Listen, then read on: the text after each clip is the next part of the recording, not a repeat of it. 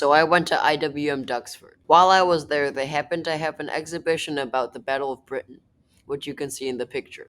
Ironically, the first vehicle I saw there was actually named Duxford. The Duxford in this case is a Supermarine Spitfire with the serial N3200. They also had a Hawker Hurricane that had two different paint jobs. One side where the bottom was painted the black of a night fighter, and the other side that was still in the sky blue of a normal Hawker Hurricane. Duxford also had a Curtiss H-75A1 Hawk on display.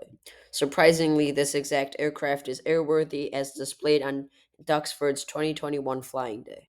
There was also yet another Spitfire, and in the back corner of the exhibit, they had an Avro Vulcan that it looks very strange if I do say so myself. There's a very nice view looking between the Battle of Britain exhibit and the main hangar at Duxford. There are a lot of planes for me to cover, so I'm going to go over these very quickly. Firstly, you're greeted by a Harrier as you enter the main exhibit, which is the BAE Harrier GR9. And while I do have pictures of them, I'm not going to go over any of the civilian or non military aircraft, as personally, I'm not very interested. Okay, one exception is the Concorde. And while we did miss the Droop Snoot demonstration, it was still very cool to see, especially to walk around inside. Concords were installed with radiation detectors to track how much more radiation was exposed to passengers and crew due to its higher cruising altitude.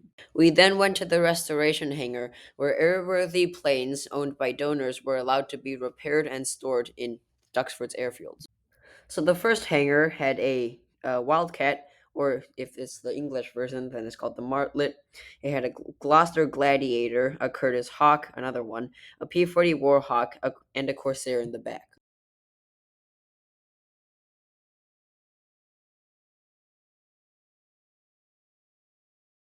The rest of that hangar houses the remains of a Hawker Sea Fury, another P-40 Warhawk, this time in chrome, a Supermarine Spitfire, something Italian that I don't know the name of, and other bits and pieces that I don't know from the back.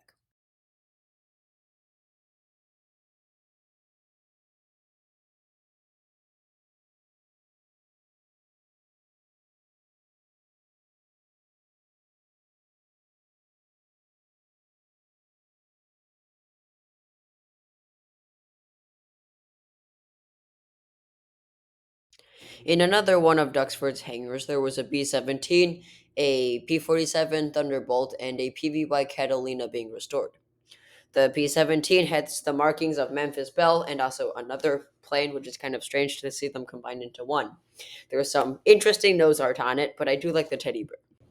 Guess what? It's another hangar. This one with a replica of the Red Baron's plane, another Spitfire, this one with a very interesting history, another Spitfire, and a A6130, and a Churchill 7 for some reason.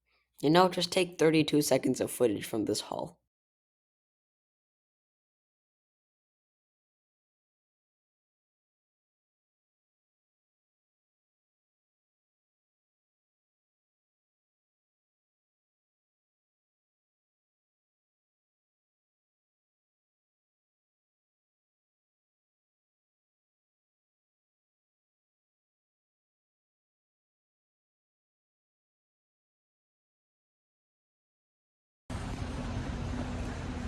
Helicopter, jet, Churchill 7.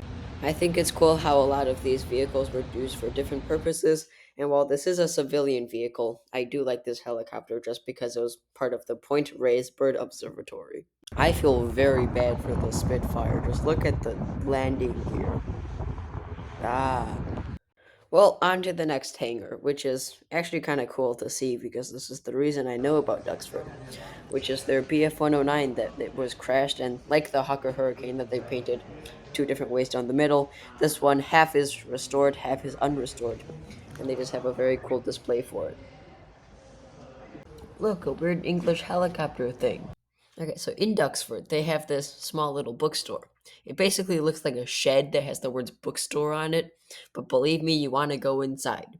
They have a lot of cool stuff there, such as parts from planes, various tank tracks, I believe, wrenches, electrical indicators from English planes from the 1960s, a Corgi A6M30, and these are just all that I saw. The A6M30 from Corgi, for me, is the most significant, as it was only 5 pounds, when these things, even used, can sell for much, much more, like many times that. So I then did the tour of the Lancaster to end the day, but I don't think they would be very happy if I included my audio recordings. So I'll give you some pictures of that. And by this point, the museum's already getting ready to close, so I quickly walk around and see what else I can see. I actually don't have enough time to walk to the other side of the airfield to see the US wing of planes that I haven't gotten to. You just can't run it even in 30 minutes. That's how long Duxford is.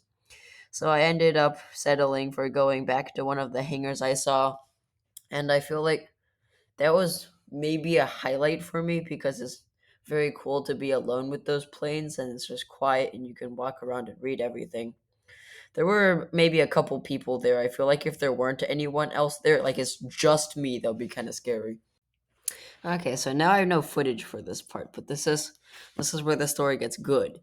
So after Duxford closes, I'm part of a group of four. Two of us went to Duxford, including me, and then the other two went further down to Cambridge. Our original plan was to meet back at Duxford on this one single bus that comes once at 4 p.m. And then, so the people from going to Cambridge get on the bus and they ask the driver just to confirm whether that bus is still stopping at Duxford. And they say, no, Duxford is closed, so we're not stopping there anymore. So, me and this other person in my group, we're already standing outside of Duxford for the last like 20 minutes, and it's cold and it's dark. So then the people from Cambridge, let's call them group two, because the Duxford people deserve to be group one because we were the ones that made the better decision here. So group two asked the bus driver to let them off as close to Duxford as possible, and Duxford being in the middle of nowhere because it's technically a military area, they're dropped off on the side of the highway. So they're walking along the highway to get to Duxford, and the people of Group 1 have been locked inside of the Duxford grounds because the security didn't know we were there. So then they suddenly saw us somehow, and they came to open the gates and got us to leave. So now we're standing on the side of the road. Both of the phones in Group 1 and 2 are dead.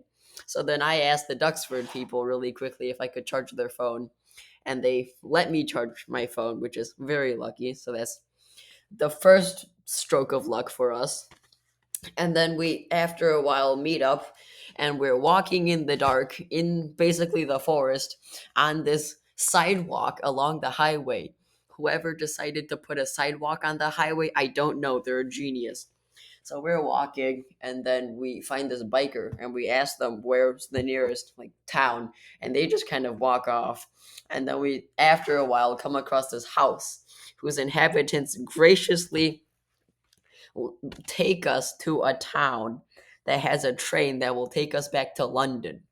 So then we go in their car, and they take us on like a 30-minute drive to get us to a train station that is even capable of taking us back to London, and we're back in London. So that was the end of our escapade to Cambridge and to Duxford. That was a very eventful day.